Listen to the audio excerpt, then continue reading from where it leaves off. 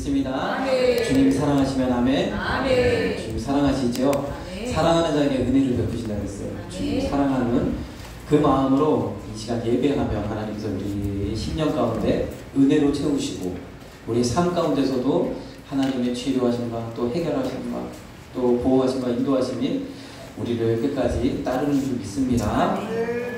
오늘 이 예배 가운데 우리가 성공하면 하나님의 앞으로의 또 6일 동안 우리와 함께 하시고 동행하시고 또 어떤 어려움과 환난이 있다 할지라도 하나님의 주시는 그 은혜와 평강으로 넉넉히 이기게 될 줄로 믿습니다. 아멘. 오늘도 우리 찬양 한 장 드리심으로 우리의 마음도 또 여시고 하나님께서 또 이 시간 하늘문을 여시고 우리를 축복해 달라고 그 마음을 모아서 찬양 드리겠습니다.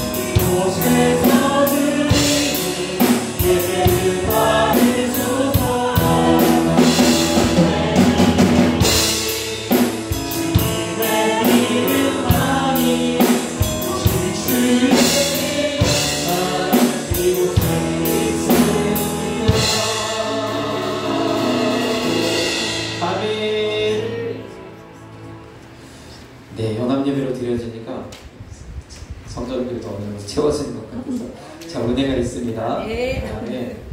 참 하나님께서 우리를 부흥케 하시고 또 만백성의 복음을 전하시는 이유는 또 여기 있는 것 같아요. 다 함께 모여서 합심해서 기도하고 찬양하고 예배하면 얼마나 은혜가 있는지 오늘 이 시간에도 그런 하나님의 은혜가 우리와 함께하는 줄 믿습니다. 우리 정말 우리 주일학교와 우리 청년부, 중고등부 또 안에도 하나님께서 함께하시고 우리 친구들 삶 가운데 하나님의 은혜가 임하기를 간절히 소망합니다. 아멘. 예수밖에 없어요. 우리를 살리실 분은 주님밖에 없어요. 그래서 우리 친구들도 어떤 문제가 생기거나 어려움이 있거나 또 내가 하기 힘든, 넘기 힘든 그런 문제들이 발생했을 때는 부모님도 중요하지만 먼저 하나님 앞에 기도하는 마음이 필요해요. 하나님 앞에 기도하시면요, 그 순간 생각 그런 환경을 열어주시고 문제를 해결해 주시거든요. 저도 어릴 때 많이 경험했어요. 깜빡하고 숙제를 녹화하는데 제 손바닥 앞에 생겼는데 기도했더니 선생님 까먹으시는 거예요. 그런 일들이 일어납니다. 그런 문제뿐만 아니라 우리 인생에 있어서 참 여러 가지 걸림돌이 있죠. 이것들을 능히 이기기 위해서는 믿음 아닌 것으로 믿습니다. 우리 친구들에게도 믿음이 충만해져서 하나님의 은혜가 임하기를 소망합니다. 아멘.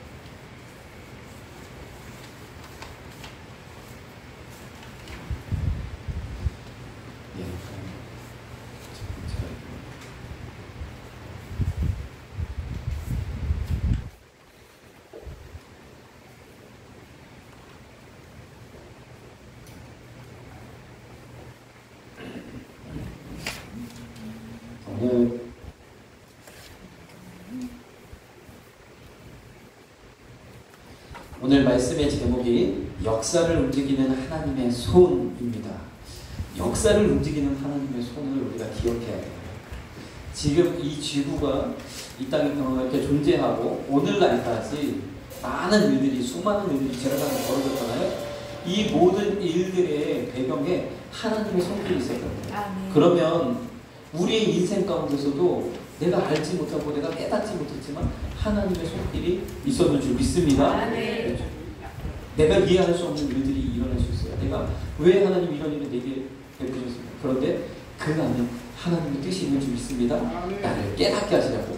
오늘 말씀하신 것처럼 하나님, 유일하신 하나님만 섬기게 하기 위해서 우리에게 그러한 일들을 행하셨는 줄 믿습니다. 유일하신 하나님, 나를 지키시고 보호하시고 내게 은혜 베푸시는, 내게 복 주시는 그 하나님을 우리가 바로 섬기고 또 믿어야 돼요. 그 역사를 움직이는 하나님의 손을 우리가 생각해 볼 때 6월달은 호국의 달이라 하잖아요.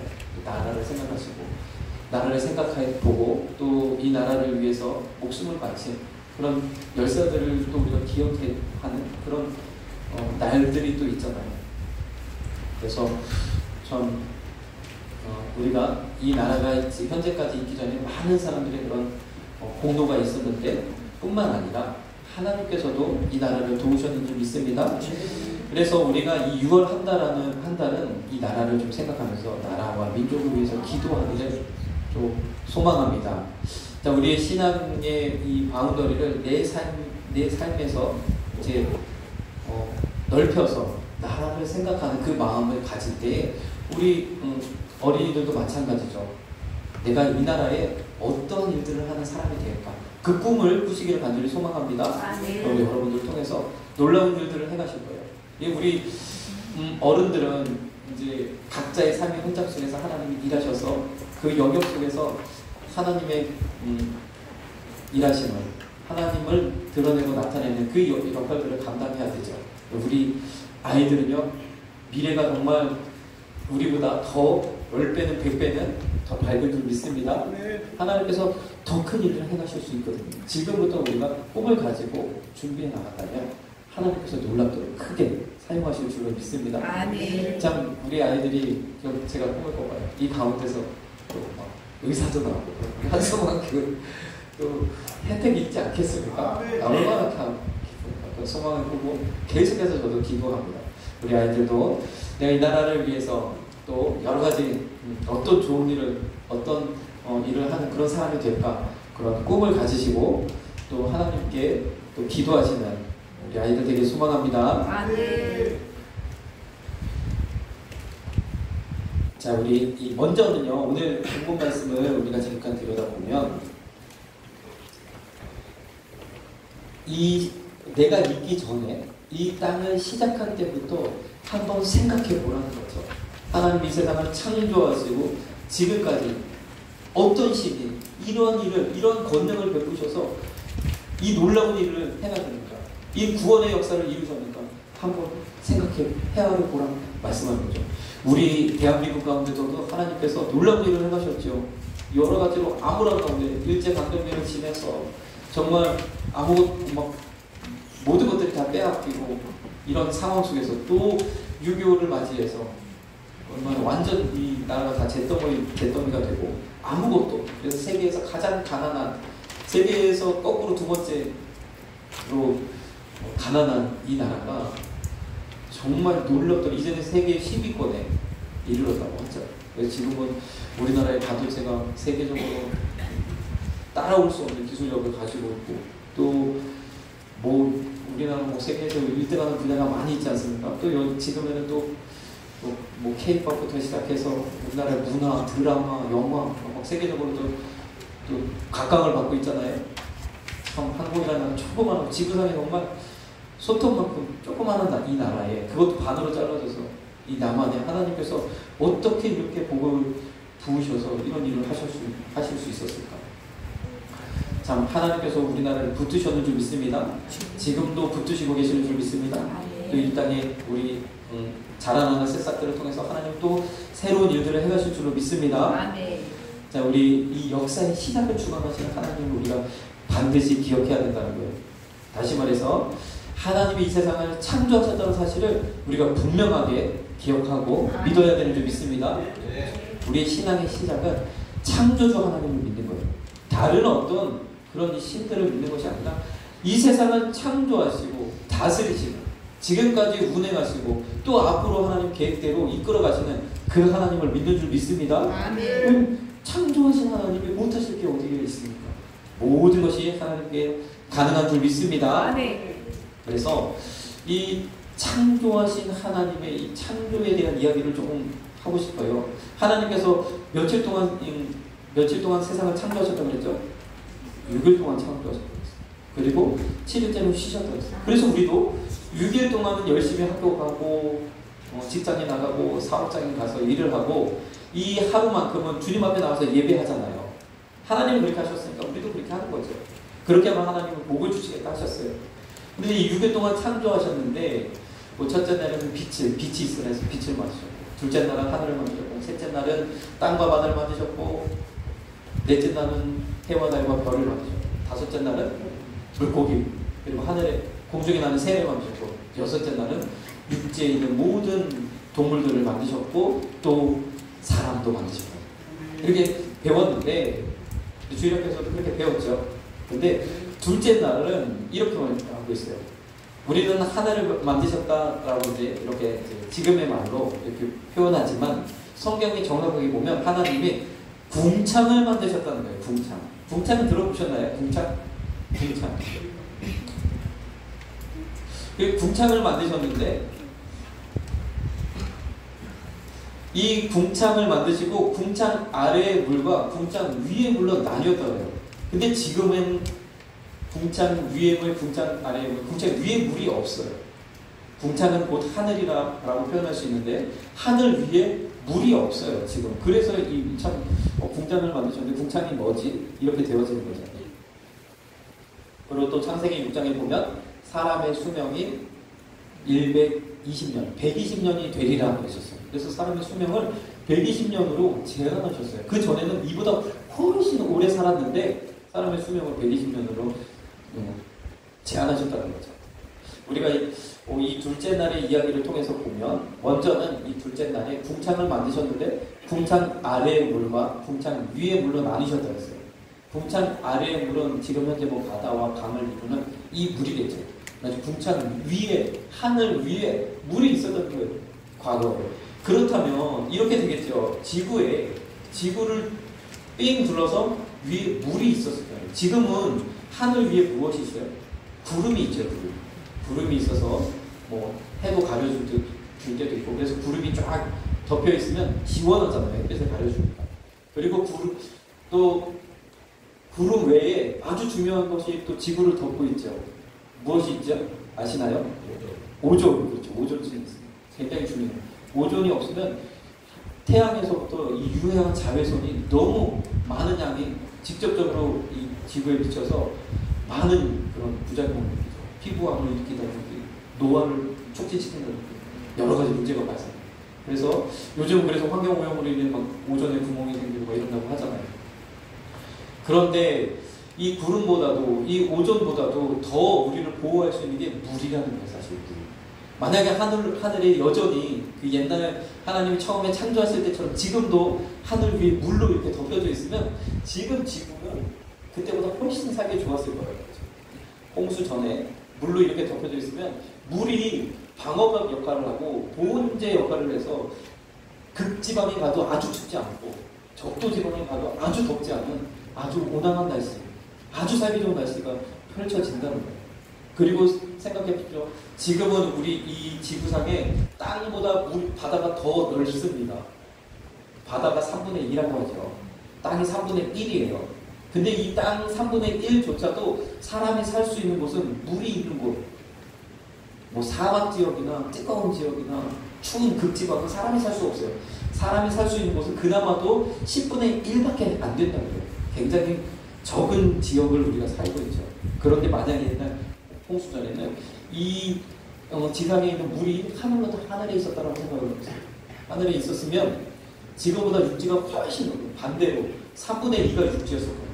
그리고 살기 좋은 그런 있기 때문에 사막이라든지 이런 지형이 없었을 거예요. 모든 것이 초원이 펼쳐져 있고 많은 동물들이 막 살아갈 수 있는, 생물들이 살아갈 수 있는 그런 환경이었죠. 근데 이 하늘의 물이 언제 다 쏟아졌는지 아십니까? 언제 다 쏟아졌어요? 노아 홍수 때. 맞아. 노아 홍수 때 쏟아졌다는 거죠. 노아 홍수 때 어떻게 40일 동안 비가 내렸는데, 밤낮으로 비가 내렸는데 이 지구에 물이 가득 찰 수 있겠습니까? 그 물이 쏟아진 거죠. 지금 극지방에 얼음이 녹아가지고 해수면이 상승한다고 했잖아요. 극지방에 얼음이 다 녹으면 전 세계가 물에 다 차버린다고 하잖아요. 이런 일이 발생할 수 있는 거죠. 그런데 하나님 그 물을 극지방으로 몰아놓으셔서 지금 우리가 지금 그나마도 살고 있는 거예요. 심각한 때를 살겠죠. 자, 우리 물은요, 여러 가지 유해한 요소들, 특히 자외선을 확실하게 차단해주고, 많은 그 외에 우주로부터 날아오는 많은 우리 인체에 위험한 그런 방사선들을 막아준다고 해요. 그래서 물 속에 있는 생물들은 간혹 아주 오래 살거나 아주 크게 자라는 그런 생물들이 있습니다. 자이언트 문어 아시죠? 문어인데 엄청나게 크게 자라는 거예요. 병에 걸리지만 않으면 계속해서 자라는 그런 경우들이 있다는 거죠. 물 속에서는 죽지 않습니다. 그만큼 물은요, 이런 이제 보호 역할을 하기 때문입니다. 그 좋은 환경이 노아 홍수 때 하나님께서 이 세상에 죄가 반영함 보시고 심판하시고 있어요. 그 물을 다 쏟아 놓으시고 이제는 어떻게 하셨어요? 사람의 수명을 120년으로 제한하셨죠. 그 전에는 더 오래 살아야 돼요. 우리의 장기가 유통기한이 1000년인데 지금 120년으로 줄어들었어요. 1000년짜리. 그래가지고 얼마나 안타깝습니다. 그나마도 욕심내고 막 안 좋은 거 먹고 그래서 수명이 줄어들어가지고 그 장기들이 고장이 나고 그러잖아요. 하나님 그렇게 만드셨다는 거예요. 성경에 기록된 인물들의 그 성경에 기록되어 있는 그 나이들을 쭉 기록해 보면 아담부터 다윗까지 쭉 조사해서 점을 찍어 보면 이렇게 그래프를 딱 그려요. 아주 정확하게 하나님이 말씀하신 대로 그 되어지죠. 그래서 이 홍수 후에는 사람의 수명도 제한했구나. 자, 홍수 전에 이러한 이제 그 화석이 발견됐다고 해요. 아니, 홍수 전에 화석이 발견됐다고 해요. 자, 이 화석은 딱 봐도 잠자리처럼 보이죠. 진짜 잠자리가 생겼죠. 잠자리 같아요. 잠자리 화석이라고 이름도 그렇게 붙여져 있을 거예요. 그런데 지금 우리가 보고 있는 잠자리하고는 좀 틀립니다. 왜냐하면 지금 우리가 보는 잠자리는 한 5cm, 6cm 그 정도 크기밖에 안 되는데 얘는 무려 70cm. 날개에서 날개죠. 70cm면 우리 거의 양팔을 벌릴 만큼, 어린이들이 양팔을 벌릴 만큼 어마어마하게 큰 잠자리. 이 잠자리한테 걸리면 큰일 날 것 같아요. 옛날에 이렇게 큰 곤충들이 살았다는 거예요. 자, 노아 홍수 아시잖아요. 노아 홍수에 각종 동물들이 암수 한 쌍씩 올라탔어요. 하나님 그렇게 태우셨죠. 그래서 씨를 보존하게 하셨어요. 근데 하나님이요, 너무 큰 동물들은 제한하셨어요. 사람의 수명을 제한하신 것처럼 이 생물들의 크기도 제한하셨다. 너무 재밌죠? 방주에 올라탈 수 있을 만한 동물들만 남겨놓으시고, 현재 우리 가운데 좀 큰 동물들이 무엇이 있어요? 코끼리 정도? 코끼리 좀 크죠? 코끼리 정도는 이 방주에 올라타고, 너무 큰 뭐 공룡 안 돼요. 공룡은. 그래서 공룡은 그때 다 그냥 멸종시키셨어요. 왜냐하면 우리 이 땅이 좁아졌기 때문에, 삶이 제한되어 있기 때문에 새로운 생태계를 하나님 만드셨죠. 이 노아 홍수 때 이렇게 이 육지에 있는 생물들을 제한하셨는데, 이 제한을 받지 않은 동물들이 있어요. 혹시 알아요? 이 하나님께서 그 동물들의 크기를 좀 제한하셨는데, 이 제한을 받지 않은 동물들이 있습니다. 다시 말해서 홍수에도 영향을 받지 않고 살아남은 동물들이 있습니다. 바로 무엇이냐면 물속에 사는 동물들. 물고기들은 홍수에도 상관없었겠죠. 저도 그래서 그런 생각이 들어서 물속에 있는 동물들은 홍수에 상관없었겠네. 약간 이제 바닷물에 사는 동물들이 비로 인해서 물이 좀 만약에 짠물이 좀 옅어지면 좀 힘은 들었겠지만 그래도 살 수 있었습니다. 그러니까 바닷속에 있는 동물들을 우리가 좀 살펴보면 재밌습니다. 바닷속에 어마어마한 크기의 동물들이 살고 있어요. 우리가 육지에서는 볼 수 없는 엄청난 크기의 동물. 잘 알고 있는 것처럼 대왕고래는 어마어마하게 커서 35m, 뭐 최대 45m까지도 큰다고 하니까 막 축구장이 몇 배 큰 크기로 자라나죠. 그렇게 따져보면 너무너무 재밌는 게, 우리가 알고 있는 공룡들이 굉장히 크잖아요. 뭐 브라키오사우루스는 한 10m 정도 되다고 했고, 티라노사우루스만 해도 뭐 3m, 4m 막 그렇게 되니까 건물 웬만한 티라노사우루스가 10m. 아무튼 굉장히 커요. 그리고 무섭고 사람도 잡아먹을 것 같은 그런 공룡들이 있다고 해요. 그런데 아무리 공룡이 커도 대왕고래보다는 작습니다. 너무 재밌죠? 이 지구상에 창세로부터 지금까지 가장 큰 동물은 대왕고래예요. 어마어마하게 크죠. 간혹 공룡들 가운데서 뭐 무지무지하게 큰 뭐 30m씩 되는 공룡들이 있다 그런 얘기를 하지만 실제로 그런 화석이 발견되지는 않았어요. 다 상상입니다. 그러나 지금 여기 있는 공룡들은 그나마도 그 형태가 온전하게 화석으로 발견돼서 그 크기를 가늠할 수 있는 그런 공룡들을 이야기합니다. 여기 보니까 목이 긴 게 브라키오사우루스고 가운데 고개 숙이고 있는 게 티라노사우루스죠.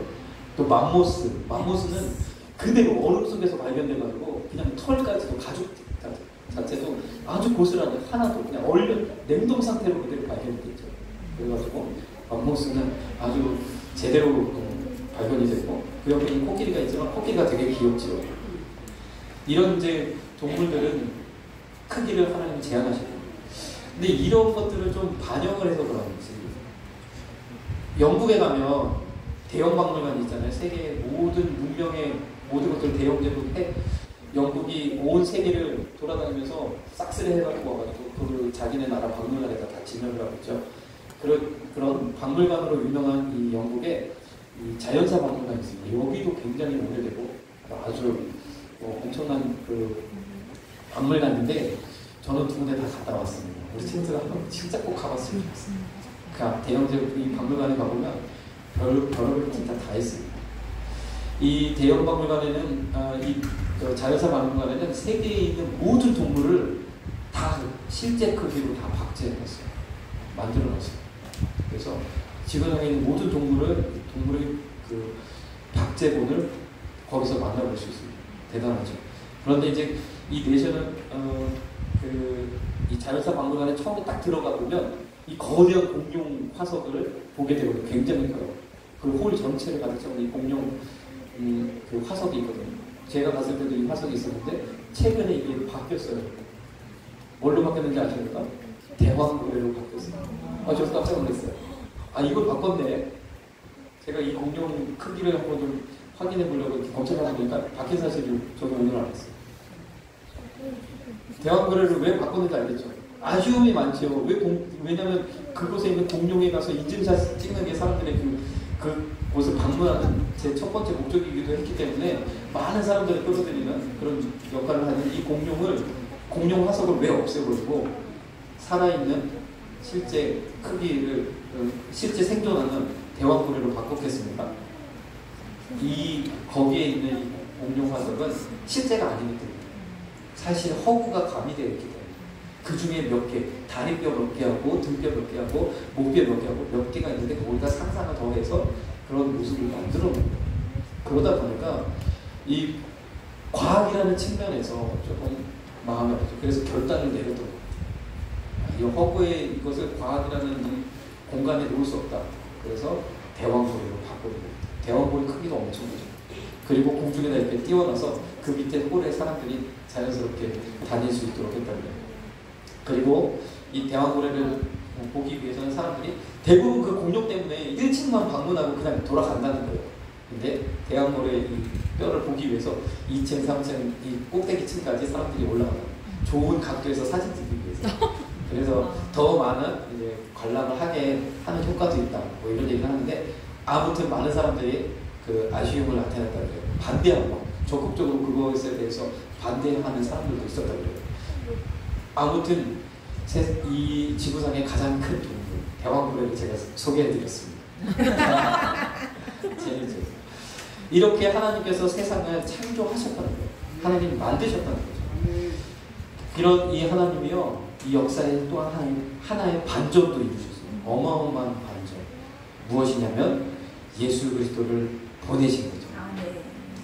우리를 죄와 허물에서 건지시기 위해서, 죽었던 우리를 살리시기 위해서 예수님을 이 땅에 보내셨어요. 그래서 역사가 예수님 전과 예수님 후로 나누어지잖아요. 기원전, 기원후, 주전, 주후로 나누어진다. 이 놀라운 이 일을 이루신 분도 주님이신 줄 믿습니다. 때가 참 하나님의 약속하신 그 때가 딱 이르니까 예수 그리스도를 이 땅에 보내셔서 우리 모든 인류를 하나님이 구원하시고자 하는 그 구원 사역을 이루셨어요. 이제 예수님 이후로 태어난 모든 사람들은 예수님을 어떻게 하기만 하면? 믿기만 하면, 예수님이 나의 죄를 대신하여 죽으심을 믿기만 하면 하나님의 은혜가, 이 세상을 창조하신 그 하나님의 능력이 우리와 함께하는 줄 믿습니다. 믿는 자에게 주어집니다. 믿는 사람, 의심하거나 믿지 않거나 에이 하나님이 어딨어 하는 사람에게는 그 은혜가 임하지 않는다는 거죠. 하나님을 믿고 예수 그리스도를 믿으면 하나님의 놀라운 은혜가, 그 능력이 우리 가운데 임하는 줄 믿습니다. 예수님을 알기 전에는 우리의 삶이 이래다가 내 마음대로 내 뜻대로 내가 좋은 대로 내가 먹고 싶은 거 먹고 살았는데 실상은 내가 원하는 대로 산 줄 알았는데 알고 보면 죄의 종이 되어서, 마귀의 종이 되어서 살았다는 거예요. 오늘 말씀하고 있죠. 전에는 우리도 그 가운데서 우리 육체의 욕심을 따라 지느냐 육체의와 마음에 원하는 것을 하였는데, 이게 무엇이냐면 2절에 있는 말씀처럼 공중 권세 잡은 자를 따랐다는 거죠. 마귀를 따르고 있었다는 거예요. 결과적으로 마귀를 따라 살아가다가 내 마음대로 사는 줄 알았는데 마귀를 따라 살아가다가 결국에는 마귀가 가는 그곳, 저 영원한 형벌, 영원한 고통, 지옥에 갈 수밖에 없다는 거죠. 자, 우리가 참 저희들이 이제 생활하면서 우리가 이제 살면서 갖고 싶은 것들이 생기잖아요. 나 이런 것들 갖고 싶어. 좋은 옷을 입고 싶어. 좋은 자전거를 사고 싶어. 어떤 가방을 사고 싶어. 이런 것들이 사실 내가 정말 원하는 것인지 아니면 내가 어디서 보았기 때문에 원하는 것인지. 그래서 참 패션 트렌드를 이끌어가는 몇몇 사람들 있잖아요. 이 세상의 1%가 이 세상의 모든 이것들을 만들어가잖아요. 트렌드를 만들어가요. 그 트렌드를 만들면 사람들이 와 하고 다 따라갑니다. 우리는 그렇게 우리가 눈에 보는 거, 보여지는 거, 이런 것들 따라가요. 내 마음대로 선택하는 것 같지만 아마 그냥 다 내가 어디선가 보았고 어디선가 들었고 그래서 보기에 좋았고 그래서 내가 선택하는 거죠. 우리의 선택을 보면, 그래서 우리가 밤낮 없이 유튜브를 보다 보면 그 안에서 있던 일들을 하게 되고, 최근에 참 안타까운 일이지만 어떤 젊은 여성을 사냥하고 죽이는 그런 안타까운 사건이 있었죠. 그 친구가 뭐 했다는 거예요? 고등학교 졸업하고 사회생활 아무것도 안 하고 그냥 영어하고, 그래서 현실과 가상세계를 구분을 못하고 그런 안타까운 처지에 이르렀다고 하는데, 우리가 그 극단적인 상황이지만 우리의 인생을 가만히 들여다보면 이랬다는 거예요. 그런데 예수님을 만나고 예수님을 만나면 이제는 우리에게 이러한 것들, 이러한 욕심에 붙잡혀 사는 것이 아니라 하나님의 영광을 위해 사는 것인 줄 믿습니다. 욕심에 붙잡혀 살다 보면 결국에는 불의 가운데 빠져들 수밖에 없어요. 어디서 큰 돈 벌 수 있다, 이런 소식 들리면 거기에 따라갈 수밖에 없어요. 불법을 행할 수밖에 없죠. 그러나 아무리 그런 소리 들려도 나는 하나님만 바라, 하나님이 주시는 복으로 살 거야 하는 사람은 그런 불의에 빠지지 않는 줄 믿습니다. 하나님이 우리를 이렇게 하신 거죠. 이러한 일이 어디에도 있었냐면 우리나라 가운데, 세계 역사 가운데도 있었어요. 과거에는요 왕이 세워지고 왕 마음대로 할 수 있었어요. 왕이 죽으라면 다 죽어야 되고, 왕이 무엇하라면 다 그렇게 해야 되고, 왕이 그냥 최고예요. 왕권은 하늘에서 주신 거니까 모든 백성들이 왕의 명령에 다 따라야 됐어요. 야, 왕이 되면 정말 좋겠죠. 옛날에는 그렇게 살았던 때가 있습니다. 근데 지금은 대통령이라 할지라도 법을 어기면 돼요, 안 돼요? 안 됩니다. 법을 어기면 탄핵 당할 수도 있어요. 그 자리에서 내려올 수도 있어요. 아무리 무슨 유명한 사람이라 할지라도 재벌 총수가 돼도 법을 어기거나 잘못을 저지르면 그게 죄값을 치러요. 무에 따라서, 법에 따라서. 굉장히 하나님 보시기에도 그렇고 우리 안에도 살기 좋은 나라, 살기 좋은 시대가 되었죠. 우리나라에게 이런 복이 주어진 것은 오래되지 않았습니다. 50년, 60년 이 정도밖에 되지 않았다. 그 사이에 하나님이 이런 좋은 은혜를 주셔서 놀라운 일을 행하셨는데, 전 세계적으로 볼 때는 언제 이 일이 시작되었느냐, 언제 이렇게 법 앞에 모든 사람들이 평등하는 이런 시대가 시작되었느냐, 종교개혁부터 시작해요. 종교개혁. 그래서 우리가 학교에서 공부할 때는 종교개혁은 그냥 기독교의 개혁이고 썩어진 그런 기독교가 이제 새롭게 성경으로 돌아가지 않으면서 루터가 95개조 방법론을 문에 걸면서 시작되었다고 이렇게 하지만, 종교개혁은요 교회의 개혁, 신앙의 개혁을 넘어서 사회개혁을 엄청난 역할을 한다는 거예요. 종교개혁에서 하고자 했던 가장 핵심은 무엇인지 아십니까? 종교개혁 이후에 교회를 통해서 이루어진 게 무엇이냐면 바로 자유예요. 자유. 어떤 자유? 예배의 자유. 예배 드릴 수 있는 이 자유. 종교의 자유. 예배하는데 정부라 할지라도, 왕이라 할지라도 방해할 수 없다는 거예요. 이것을 법으로, 헌법으로 못 박은 것이 법치주의 시작입니다. 종교개혁을 통해서 이런 일들, 이것이 하나님의 뜻인 것을 성경을 통해서 발견했고, 그것을 세상 가운데 이룬 것이 종교개혁 이후에 놀라운 변화였던 거죠. 그 변화의 줄기가 우리나라에도 이르러서, 우리나라도 지금 아름다운 이런 법치주의가 세워져서, 아무리 권세가 있다 할지라도, 그래도 법망을 피해가는 사람들이 있지만, 그래서 우리가 계속적으로 이런 부분들을 또 보완해 나가야겠지만, 그런 일들을 이 땅 가운데도 이루셨다는 거죠. 모세 때는 하나님이 율법을 주셨죠. 10계명을 주셨어요. 10계명.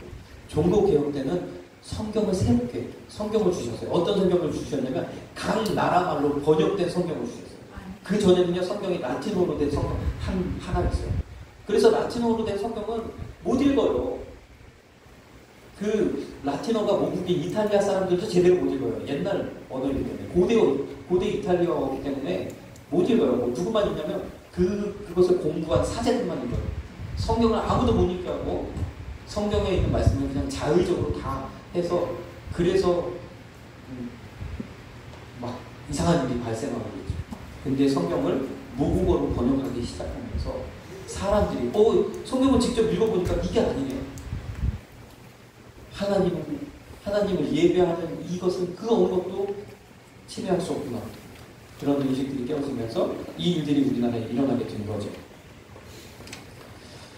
대단한 일이죠. 이 종교개혁 전후로 해서 이런 노력들이 있었습니다. 이 존 위클리프라는 사람은요, 성경을 최초로 성경을 영어로 번역하세요. 영어를 번역하다가 붙잡혀가지고 아주 큰 고통을 치렀던 사람.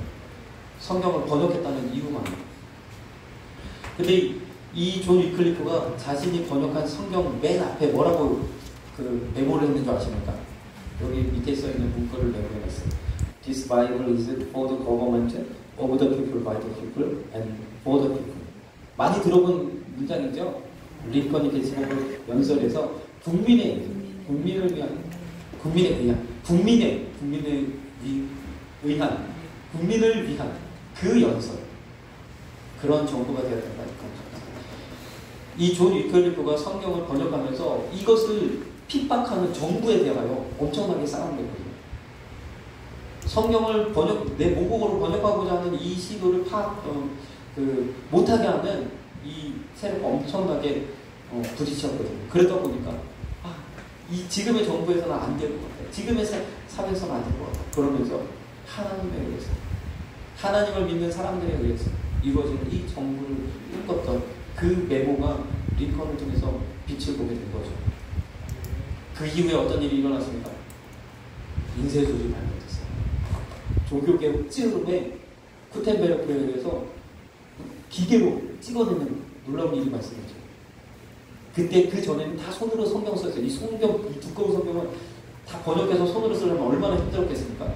이제 기계로 찍을 수 있는 거예요.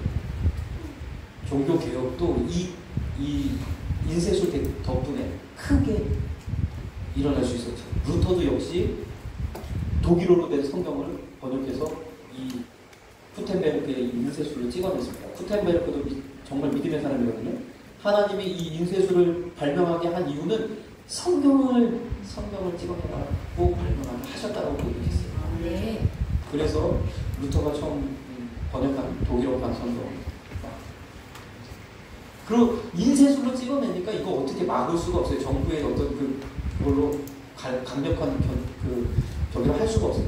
그 이후에 틴데이는 영어로 번역했고 이 사람이 이거 번역했다는 이유로 화형까지 당했어요. 얼마나 엄청나게. 많은 사람들이 그런 가운데에 어떤 이제 무슨 일이 일어나냐면 법이 왕이 되는 시대, 법이 왕의 자리에 오르는 시대. 다시 말해서 지금의 법치주의, 헌법을 통해서 다스리는 이런 시대를 열게 되는 이런 것들이 생겨나기 시작했죠. 1600년부터 시작. 하나님께서 이렇게 역사의 반전을 이루셨어요. 오늘날 이런 지금 우리가 살아가는 이 운명을 이루셨어요. 그래서 우리가 지금 누리고 있는 것은 이 종교개혁의 은혜이고 하나님 우리에게 주신 축복의 은혜예요. 그래서 그런 은혜를 누리고 있으면서 기독교를 또는 교회를 핍박하는 사람들은 뭘 잘 모르고 있습니다. 또한 하나님께서는 마지막으로 또 이 시대의 마지막을 하나님 계획하시고 이루어가고 있는 줄 믿습니다. 그 가운데 어떤 말씀이냐면 하나님의 복음이 땅끝까지 전파되어야 그때가 끝이 나는 거예요. 아직 복음이 전파되지 않은 곳이 있습니다. 아주 가깝게도 북한이 그렇죠. 북한은 하나님을 마음껏 예배할 수 없는 나라예요. 교회가 있지만 그거는 그냥 무늬만 있는 교회이고 예배할 수 없는 나라예요. 그곳에도 마음껏 예배할 수 있는 이 하나님을 찬양하는 이런 교회가 세워지는 그때가 정말 마지막 때인 줄 믿습니다. 그래서 우리나라를 이 역사의 끝자락에 우리나라를 급격하게 하나님 축복하신 거예요. 100년도 안 되는, 50년도 안 되는 이 짧은 시간에 하나님께서 놀랍도록 세워주신 거예요. 왜? 마지막 때 이 일을 감당하는 거예요. 영적 이스라엘 역할을 감당하는 거예요. 우리 자녀들에게도 우리 주일학교 학생들에게도 이 소망을 가지고 내가 이 땅 가운데 복음을 내게 주신 하나님의 은혜를 통해서 하나님의 영광을 드러내는 이 일을 감당하기를 소망한다고 우리가 소망하시면 우리 한국에 주신 이 사명이거든요. 하나님이 이 때문에 나를 사용하실 줄로 믿습니다. 우리를 사용하실 줄로 믿습니다. 우리 교회를 사용하신다. 그래서 우리가 6월 한 달 동안은 나라 민족을 위해 기도하면서 또 복음으로 북한이 통일되기를 기도하면서 또 이 땅에 있는 모든 죄악에 대하여 관영에 있는 이런 모든 죄들을 우리가 내려놓고 회개함으로 또한 하나님의 은혜가 우리 이 나라를 덮고 또 우리 안에 그 은혜가 이어서 하나님이 이 나라를 잘 되게 하시면 우리 각자도 하나님이 잘 되게 하실 줄로 믿습니다. 우리 하는 사업도 번영하고 내가 하는 공부도 잘 되게 하시고 내가 하고자 하는 일에 하나님이 힘을 주셔서 하나님이 이루시고자 하는 이 대한민국을 통하여 땅끝까지 복음 전하는 이 일을 이루시기 위해서 우리 친구들을 잘 되게 하시는 거예요. 세계 막 각 지역에 다니면서 글로벌 경제의 주역이 되어서 그런 일들을 감당하는 그런 사람들이 되기를 소망합니다. 축복합니다. 기도하겠습니다. 사랑해 주님 감사합니다. 오늘도 우리와 함께 하여 주시고